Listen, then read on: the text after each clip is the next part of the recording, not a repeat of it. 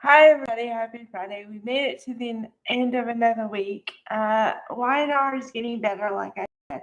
Okay, so I'm going to break it down into the best scenes in my mind and then talk about everything else. Okay, the best scenes came from Courtney Hope and Amelia Hindley because finally they're not at odds over Billy. And also, Courtney Hope as Sally was trying to talk Victoria into apologizing to Billy, which she was not a fan of, but at least she heard her out. Okay. Now, the weird scene for today, or scenes, there were like two of them. Um, and they came from Eric Braden and Melody Thomas Scott. Now, this is no shade to their acting out, none, okay? But they were at odds because Victor still feels slighted that Nikki chose Jack over him and she moved out and whatever else, okay? So he's holding it over her head. And she's holding her own and saying, how dare you be pissed at me? Da, da, da. And then she has a headache. Now, if you remember from like last week, I explained that they gave Nikki a storyline having to do with MS. I described it. I said that headaches are a part of it, and they're doing it like every time she has a headache, apparently her MS is getting worse.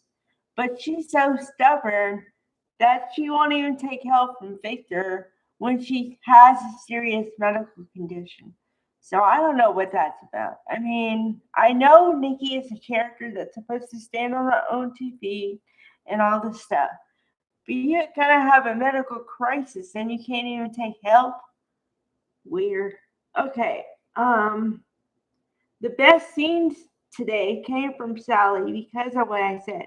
So Courtney Hope gets my hashtag. But an honorable mention, very honorable mention, is Roger Howard. Like I always say, dude, that man, because now he's the comedic element in Y&R. Because every time Mark Grossman tried to give him crap about, how you used to be like this and that, and he's like, well, have you made a mistake? You weren't exactly the best person ever when you started, were you? And I'm like, yes, I pointed that out because I said, the character bad boy, and then they redeemed him, and now they're trying to make him bad again. I explained the whole thing, and I was like, yes, I said the same thing. Yes, I am onto something. Okay, now, um, yeah, so, okay, the thing is, there might be a problem here because Matt remembers meaning Cain because they exchanged names. Remember when he met him and this was when his amnesia started. Now I remember the scene because he came into the whatever. Remember I told you, and then they said, and then they met, and then Phyllis and him got into a thing. Phyllis and Kane got into a thing and said, uh, and then Matt said he was really into his phone. I remember the whole thing. Yes, it's true. He met him before. So this might be a problem with the thing because if he's supposed to take down Kane for Victor, this might be a snafu. Um, I, I don't know. Of course, it depends on how they want to play it and ultimately how they want to write it. But yeah, I can see the problem. But I don't know. Okay. Now, coming up for next week. Because other than that, there was a weird, like, okay. Okay. I have to explain myself so you know where I'm coming from. Okay. Phyllis and Sharon are at best frenemies. Okay. They are not friends, they're frenemies. Now, the reason I say that is because they shared the same man unknowingly, Nick.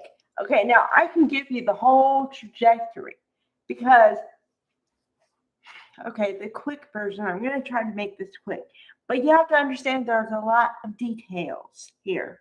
Okay, so I'm going to try to give you the quickest version known to mankind. But if you want to look it up yourself. Okay, so Sharon and Nick were married for about 10 years. Then Cassie had the problem and the accident, and they lost Cassie. Great scene, great. You got to look up the Cassie unaliving scene. Okay, look it up. It's dynamite aces. Oh, can't even explain how good it is. Okay, so then that made Nick and Sharon fall apart. Nick didn't know what to do with his grief, yada, yada, yada. So then he got into an affair with Phyllis that produced Summer. Okay? So that is how they are frenemies. They have been frenemies the whole time they've been on the screen. And now all of a sudden they're friends now? I'm not buying it. Not buying it. It's not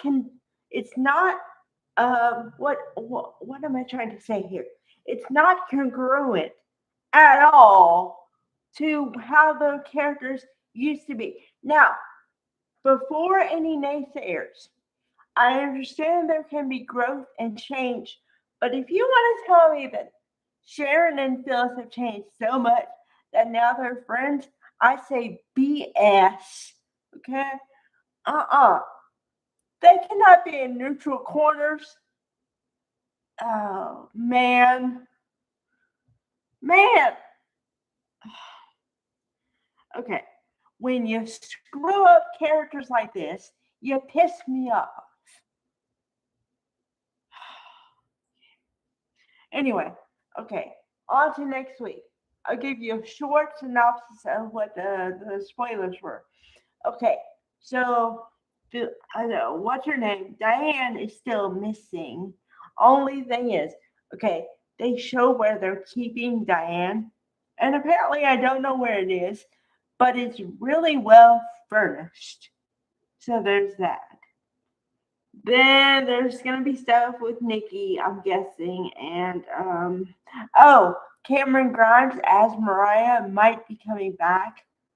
I don't know for how long, but I don't know. And whatever. Like, there's gonna be a lot. Like I always say, they only give you about 3 scenes for the whole week, so they don't give a whole lot. Okay. Bye, everybody.